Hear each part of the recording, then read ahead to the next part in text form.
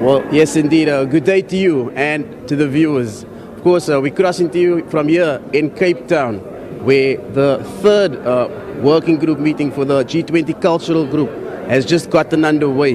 And of course, the various role players and activities, various representatives from these countries will be deliberating over the next couple of days, just in terms of how they can take forward culture and implement it in terms of development plans and growing culture in the various countries and also in South Africa. But joining us now, we do have the MEC for Sports, Arts and Culture here in the Western Cape, Mr. Ricardo Mackenzie, who can just give us maybe an update and an idea of what will be taking place here over the next couple of days. Thank you so much for taking the time to talk. Thank you. Good morning, and thank you for having us this morning. Yes, it's the third culture working group taking place in the beautiful Western Cape. 20 of the most powerful nations, as you know, is coming together. The G20 South Africa, the first time on the African continent. The working group specifically focused on culture, and we're happy that it's being hosted here in the Cape Town and the Western Cape. We're looking forward to the discussions over the next 3 days. And what I spoke about this morning specifically, because one of the themes is around harnessing technology and digital innovation. And I looked at an incident that happened over the last 2 days. We all know as South African young people, they were stuck overseas. And I thought to integrate that into one of the solutions that the world's most powerful nations can come up with, because global mobility, whether in sports, arts and culture, particularly for young people, is a global issue. And luckily for us, Professor Elder Jordan, who's here today, has also been working around a possible solution, and this was the perfect space to bring it to the world's most powerful nations, to put up a global system for young people traveling around the world to ensure that countries of origin and country of recipient gets alerted when, in this case, something went wrong. And just on that note, if we're now talking about this poor soccer team who was stranded in Europe, when you look at maybe some of the developing nations and compare our situation to theirs, a lot of these children, they come from underprivileged backgrounds, and it's very difficult for them sometimes to travel overseas. So maybe just, as you were saying, you were developing this global system, but maybe what more do you think these nations coming together can do just to help these children get those opportunities and expose them to the global stage? Well, the reason the young people go overseas because they're looking for opportunities. Obviously, some of these young people were hoping one day to play for Real Madrid, Barcelona, Manchester United, and that is why the parents rightfully send them to showcase the world their skills.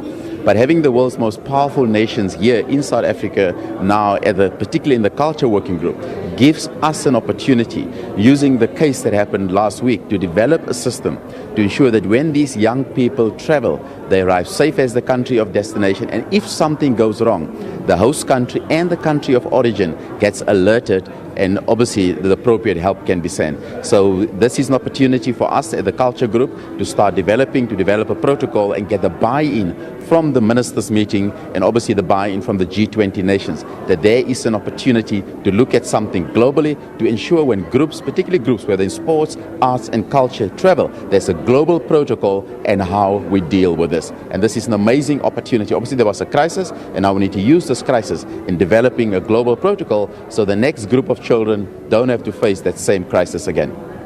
And then maybe if we move away now from sports and we maybe look at arts and culture, are there some of the what other focus areas will be considered and discussed during the course of these days? Well, what we're also looking at is culture and heritage. We know culture is the new gold, as we say in the Western Cape. How do we protect our culture? How do we use artificial technology to enhance and develop our culture? And very interesting that our DDG spoke earlier on about culture and events, and how does it enable jobs and enable the economy.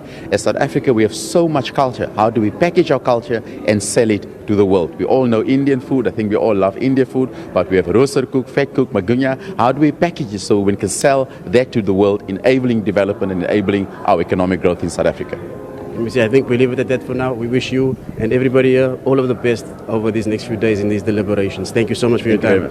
Thank you for this. Well, of course, that was the MEC for Cultural Affairs and Sport here in the Western Cape, Ricardo Mackenzie, just giving us that overview of what can be expected over the next couple of days here at the third meeting of the Cultural Working Group for the G20. And of course, Mackenzie also touching on what happened recently here in the Western Cape with that poor group of soccer players who were stranded in Europe, and saying that this actually presents an opportunity for South Africa and the G20 nations to perhaps develop a global system that can help take these kids forward and help them with their careers, but also monitor the checks and balances that should be in place for a tour such as that. With that, back to you in studio.